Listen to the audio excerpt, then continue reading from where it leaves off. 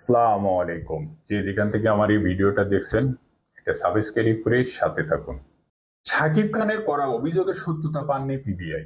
রহমতুল্লাহ প্রযোজক, এ নাকি শাকিব খানের সাথে ছবি করার জন্য সাকিবের নাকি 50 লক্ষ টাকা তাকে দেওয়া হয়েছিল। তারপরে সাকিব নাকি এই ছবির বিভিন্ন দিন পিছইতে পিছইতে আইজ না কাল না পরশুদিন এই ধরনের কথা মিথ্যা বানোয়াট এই প্রযোজক রহমতুল্লাহ সাজিয়ে তার বিরুদ্ধে অনেক ধরনের কথা বলে। সে সাকিব খানের কাছ থেকে বহু টাকা খাইছে। সাকিব খান এই এর বিপরীতে এই রহমতুল্লাহর বিষয়ে মামলা করেছিলেন। সেই মামলার কোনো সত্যতা মেলি নাই। তার রহমতুল্লাহর সেই সেই মিথ্যা মামলায় অস্ট্রেলিয়ায় এক নারী প্রযোজকের সাথে নাকি সাকিব খান রাত কাটাতো, তার সাথে ক্লাবে যাইতো, সেখানে মদ খেয়ে তাহলেই একই বাসায় থাকতো, রাত কাটাতো। এই ধরনের মিথ্যা বানোয়াট, কারণ সাকিব খানরে ধরতে পারছিল না, মানে ওইখানে আটকে বেশ কিছু টাকা নিছিল। এখন সাকিব তো দেখা গেল ওখান থেকে বেরোয় আসছে, এখন সাকিব খানকে তো ধরতে পারছে না। এখন এই যে মিথ্যা মামলা দিয়ে সাকিব খানের বিরুদ্ধে এই ধরনের প্রচার করছে যে সাকিব খান এই রহমতুল্লাহ সাকিবের বিরুদ্ধে, কিন্তু সাকিব তার পাল্টা মামলা করছিল। সেই মামলার 13ই আগস্টে তা খারিজ হয়ে গেল। সেই মামলার তদন্ত, সঠিক তদন্ত পিবিআই পান নাই। সে বলে আসছে অনেক দিন ধরে যে সাকিবের সাথে আমার কথা হয়েছিল, সাকিবরে নিয়ে আমি একটা ছবি করব, তার সাথে বাজেট হয়েছে, তার আমার অর্ধেক শুটিং হয়ে গেছে, আর অর্ধেক করার কথা। তাকে আমি এরকম 50 লক্ষ টাকা দিছি, কিন্তু আমাকে এই ধরনের ঘোরাচ্ছে, এই করছে ওই করছে। যদি 50,000 টাকা 50 লক্ষ টাকা নিয়ে থাকতো তাহলে তো সাকিব সেই ধরনের ছেলে না, তা তো ছবি করে দিত। কিন্তু এটা একটা মিথ্যা, সাকিবের কাছ থেকে টাকা খাওয়ার একটা প্ল্যান, রাজনীতি, পলিটিক্স। এই রহমতুল্লাহ এই দেশে যেহেতু আসবে না, এই বিষয়টা নিয়ে সোশ্যাল মিডিয়াতে আজকে তার মামলার পিবিআই যে মূল টার্গেট, সেটা 13ই আগস্টে এটা কোর্ট কি বিবেচনা করছে সেটা নিয়ে একটু দেখুন। সাকিব খানের কোনো অভিযোগের সত্যতা পাননি পিবিআই।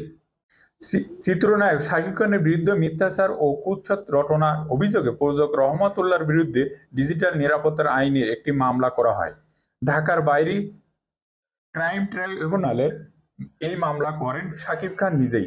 তদন্ত মিথ্যা ও কুৎসত রটনার কোনো আদালত পাননি তদন্তকারী কর্মকর্তারা। মামলা যে দুটি ইউআরএল থেকে মিথ্যাচার ও কুৎসত রটনার অভিযোগ করা হয়েছে সেটি বিশেষজ্ঞের মাধ্যমে পরীক্ষা করা হয়েছে, সেখানে কোনো মিথ্যাচার ও কুৎসত রটনার প্রমাণ পাওয়া যায়নি। এই কারণে মোহাম্মদ রহমাতুল্লাহ বিরুদ্ধে সাকিব খানের করা ডিজিটাল নিরাপত্তা আইন 2018 এর 2024-20-29 ধারায় অপরাধের অভিযোগে প্রাথমিকভাবে সত্য প্রমাণিত হয়নি মর্মে আদালতে প্রতিবেদন জমা দেওয়া হয়েছে। তবে এই প্রতিবেদনে সাকিব খানের সন্তুষ্ট নয় বলে আদালত জানিয়েছে তার আইনজীবী। এই প্রতিবেদনের ওপর নারাজি দেবেন বলে আদালতে জানিয়েছে।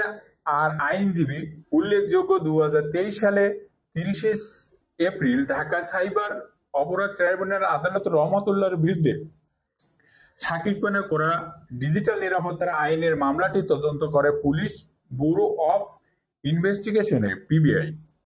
প্রতিদিনের দাখিলে নির্দেশ দেন আদালত। গত 24 এপ্রিল মামলা তদন্ত কর্মকর্তা পিবিআই পুলিশের পরিদর্শন মোক্তার আশরাফ উদ্দিন ঘটনার সত্যতা পাওয়া যায়নি বলে আদালতে তদন্ত প্রতিবেদন দাখিল করেন। সর্বশেষ গত 10 জুলাই মামলার তারিখ ধার্য ছিল।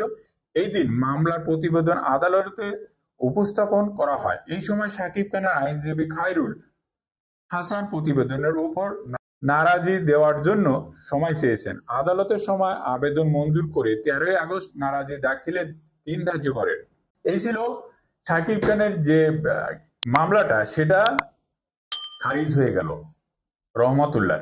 সাকিব খানের সাথে ছবি করার কথা বলছিলেন, সাকিবের নাকি তার সাথে একটা চুক্তি ছিল, সাকিবরে নাকি 50 লক্ষ টাকা অগ্রিম দিয়েছিল, তার সাথে তাকে ছবি করার কথা ছিল, অমুক তুমুক এন ত্যান বিভিন্ন বিষয়। ভাই, এই বিষয়টা নিয়ে আপনাদের মতামতটা কমেন্ট বক্সে জানাবেন। আজ এ পর্যন্তই। ভালো থাকবেন, সুস্থ থাকবেন। আল্লাহ হাফেজ।